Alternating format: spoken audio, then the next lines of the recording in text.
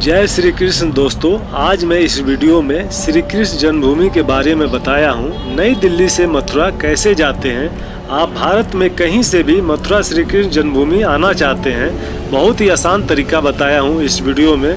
आप शुरू से अंत तक पूरा वीडियो देखें। आप सभी को बिनोय अबाउट चैनल पर स्वागत है। दोस्तों, इस चैनल पर सभी तीर्थ स्थल, tourist palace, new Delhi airport से रिलेटेड जानकारी दी जाती है। अगर आपने चैनल को सब्सक्राइब नहीं किए हैं तो प्लीज़ सब्सक्राइब करें। Let's start this topic. मैं श्री कृष्ण जन्माष्टमी के दिन नई दिल्ली से मथुरा बाई ट्रेन अपने कजन के साथ गया। ओनली 2 आवर्स में मथुरा 2 बजे दोपहर को पहुंचा। मथुरा स्टेशन से श्री कृष्ण जन्मभूमि ओनली 1.5 किलोमीटर दूर है।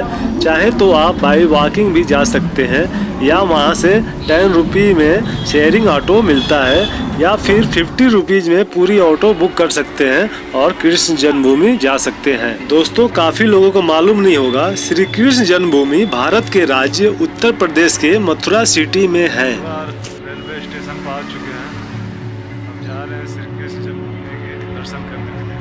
बने रहिए।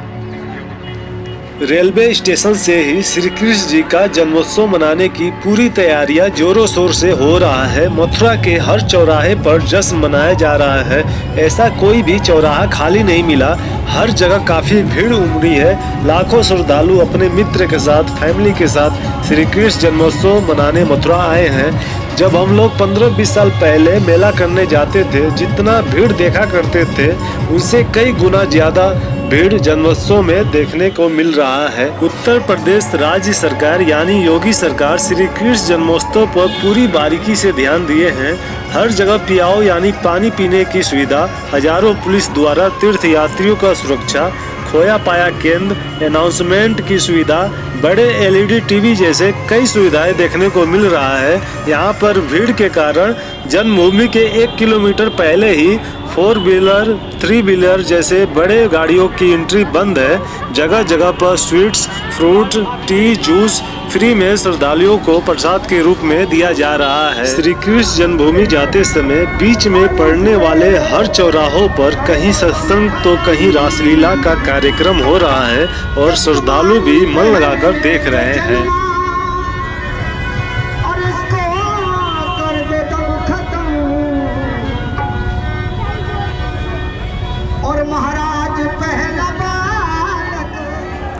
हिंदी महीने के अनुसार भाद्रपद के कृष्ण पक्ष की अष्टमी के दिन श्री कृष्ण जन्माष्टमी का त्यौहार मनाया जाता है। श्री कृष्ण जन्माष्टमी का त्यौहार सबसे उत्तम माना जाता है।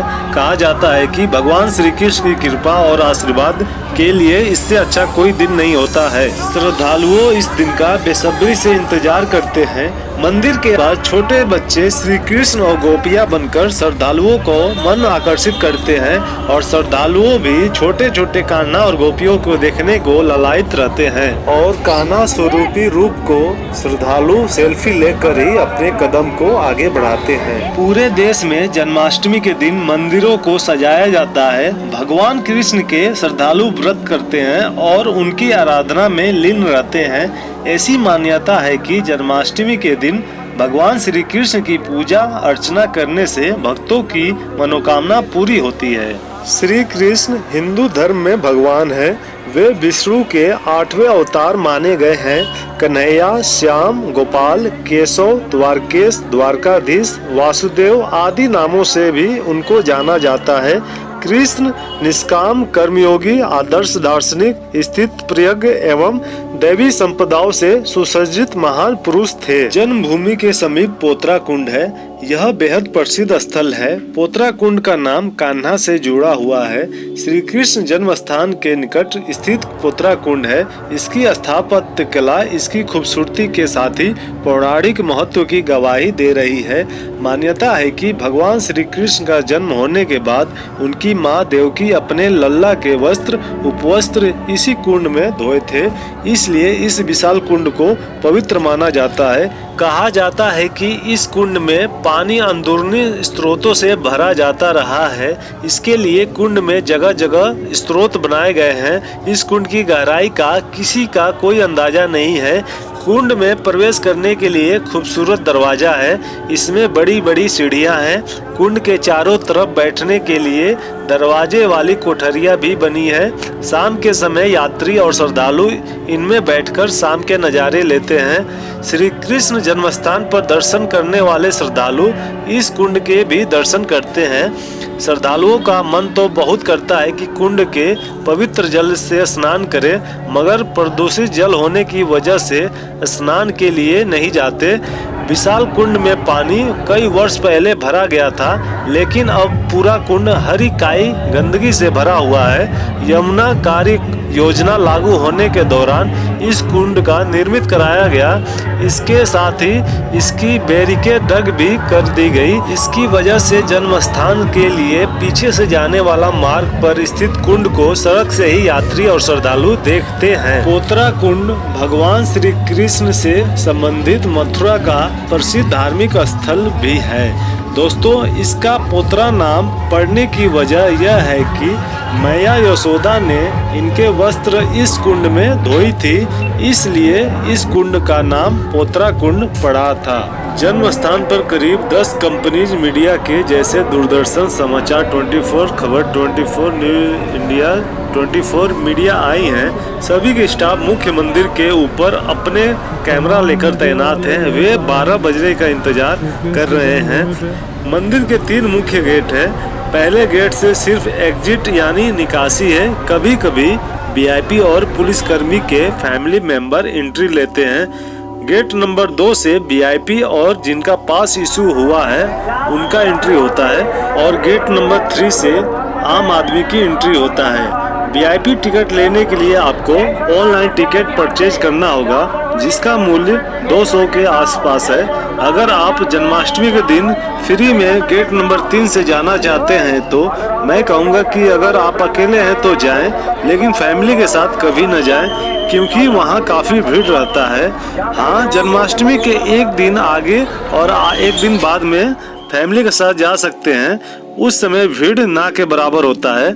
और जन्माष्टमी के दिन दर्शन करने के लिए घड़ी, चप्पल, जूते, बेल्ट, कंघी, चाबी ये न ले जाएं, क्योंकि अलाउ नहीं है। और लाइन में लगने के बाद जब आपका नंबर आएगा तो पुलिस जाने नहीं देती है। सामान रखने की सुविधा है, लेकिन जन्माष्टमी के दिन भीड़ होने के कारण सामान लॉकर में रखना बहुत ही मुश्किल है। मैं करीब 10 बजे 3 नंबर गेट से गया। वहाँ काफ़ी भीड़ थी, लेकिन मैं किसी दूसरे रास्ते से आगे निकल गया और सिक्योरिटी क्लियर करके मैं मंदिर में श्री कृष्ण जी का दर्शन किया। मैं देखा 3 नंबर गेट जहाँ भीड़ था, वहाँ सड़क पर हजारों में शूज, स्लीपर, लीड, कंघी, बेल्ट नीचे गिरे हैं, पैरों के नीचे दबे हैं। अगर ट्रक में लोड किया जाए ये सभी सामान तो लगभग 2 ट्रक हो जाएगा। वहाँ लाइन भी नहीं है। वहाँ जैसे एक के ऊपर एक बोरे रखे जाते हैं, सेम वैसे ही श्रद्धालु लाइन में हैं। कई श्रद्धालु तो लाइन में लगकर 1 घंटे बाद काफी पसीना हो गया, फिर लाइन से वापस आ गए।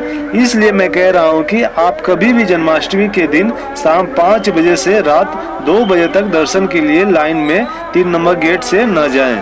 आप इस वीडियो में लाइव देख सकते हैं कि जन्माष्टमी के दिन कितना भीड़ होता है कि लोग दर्शन भी सही से नहीं कर पाते हैं। दोस्तों, आज भी जीवन की सही राह दिखाते हैं भगवान श्री कृष्ण के ये अनमोल वचन। गुणों के खान कहलाने वाले भगवान श्री कृष्ण के द्वारा कहे गए ये अमृत वचन अपने आप में ज्ञान का एक विशाल भंडार है। जीवन क्या है और उसे कैसे जिया जाए, इसे जानने और अमल में लाने के लिए भगवान श्री कृष्ण जी द्वारा 6 पंक्तियां दिया गया है। ये अमृतवाणी निम्न है। फर्स्ट, धर्म ही सब कुछ है। भगवान श्री कृष्ण धर्म की महिमा बताते हुए कहते हैं कि परम तप धर्म ही जीवन का पिता, माता, रक्षक, भाई, मित्र और स्वामी है। दूसरा है, माता पिता के समान कोई देवता नहीं। भगवान श्री कृष्ण कहते हैं कि इस संसार में माता पिता के समान कोई श्रेष्ठ होता नहीं है, इसलिए सभी प्रकार से उनकी पूजा और सेवा करनी चाहिए। थर्ड है, किसे मिलता है स्वर्ग। भगवान श्री कृष्ण के अनुसार जो व्यक्ति दान, तपस्या, सत्य, भाषण और इंद्रिय संयम के द्वारा निरंतर धर्म में लगा रहता है, उस मनुष्य को स्वर्ग की प्राप्ति होती है। साथ ही जो मनुष्य माता पिता की सेवा करते हैं तथा भाइयों के प्रति स्नेह रखते हैं वे मनुष्य स्वर्ग को जाते हैं। 4th नंबर है पेड़ लगाना पुण्य का फल। भगवान श्री कृष्ण ने वृक्षों की महिमा बताते हुए कहे हैं कि पीपल, 1 नीम, 1 बड़, 10 चिचड़ा, 3 कैथ, 3 बेल, 3 आंवले और 5 आम के वृक्ष लगाने वाले मनुष्य को कभी नरक का मुंह नहीं देखना पड़ता है। 5th नंबर है देखने मात्र से मिलता है पुण्य। भगवान कृष्ण के अनुसार गोमूत्र, गोबर, गोदुग्ध, गोधुली, गौशाला, गोखुर और पकी हुई खेती से भरा हुआ खेत देखने से पुण्य लाभ होता है। लास्ट और 6ठा नंबर है श्री कृष्ण जी कहते हैं अपने कल्याण के लिए आज से ही जुट जाएं। जब तक आपका शरीर स्वस्थ निरोगी है तब तक वह वृद्धावस्था से थोड़ी दूर है। कहने का तात्पर्य यह है कि इंद्रियों की शक्ति क्षीण नहीं हुई है और जब तक आयु बची हुई है तभी तक विद्वान पुरुष को आत्म कल्याण भगवत प्राप्ति के लिए कठिन से कठिन प्रयत्न करके अपना काम बना लेना चाहिए। अन्यथा घर में आग लग जाने पर पूरे भवन के आग लग जाने के बाद उसे बुझाने के लिए कुएं खोदने का क्या लाभ है। ये थे भगवान श्री कृष्ण जी के अनमोल वचन जो आज भी जीवन की सही राह दिखाते हैं। दोस्तों कोई भी मथुरा भ्रमण या श्री कृष्ण जन्म स्थान जाता है तो वहाँ का विश्व प्रसिद्ध मिठाई मथुरा का पेड़ा खाए बिना अथवा खरीदे बिना वापस लौट जाए यह मथुरा के प्रति अन्याय होगा। श्रद्धालु जाते हैं श्री कृष्ण जी के दर्शन के लिए पेड़ा जरूर प्रसाद के रूप में खरीद कर अपने दोस्तों और रिश्तेदारों को देते हैं। मंदिर के समीप पहुंचते ही पेड़े की खुशबू से मन तन सब खुश हो जाते हैं। मथुरा का पेड़ा 200 रुपये केजी से लेकर 250-300 रुपये केजी तक मिलता है। अब 12 बज गए हैं, श्री कृष्ण जी का जन्म हो गया है। तालियों की गड़गड़ाहट के साथ सभी श्रद्धालु खुशी से नाच रहे हैं। वहाँ ऐसा लग रहा है जैसे सभी को नई जीवन की प्राप्ति हुई है। हर किसी को अपने जीवन में एक बार श्री कृष्ण जन्मभूमि जाकर श्री कृष्ण जी का दर्शन कर लेना चाहिए और अपने माता पिता को जरूर दर्शन करवा देना चाहिए। आप काफी कम बजट में आप और अपने माता पिता को श्री कृष्ण जी का दर्शन करवा सकते हैं। मैं अगर अपने बजट की बात करूं तो मेरा टोटल खर्च 500 रुपये में हो गया दिल्ली टू मथुरा, मथुरा टू दिल्ली। श्री कृष्ण जन्मभूमि का मेन गेट यानी 1 नंबर गेट काफी शानदार लगता है। सभी श्रद्धालु अपने कैमरे में इस गेट को कैद करते हैं। श्री कृष्ण जी के जन्म होने के बाद श्रद्धालु मेन गेट से आ रहे हैं। श्री कृष्ण जन्म उत्सव को पूरा कराने में उत्तर प्रदेश पुलिस का भरपूर योगदान है। बहुत बहुत धन्यवाद उत्तर प्रदेश पुलिस। दोस्तों इस वीडियो को समाप्त करता हूं। अगर आपको वीडियो पसंद आया है तो लाइक, कमेंट, शेयर और सब्सक्राइब जरूर करें। जय श्री कृष्ण।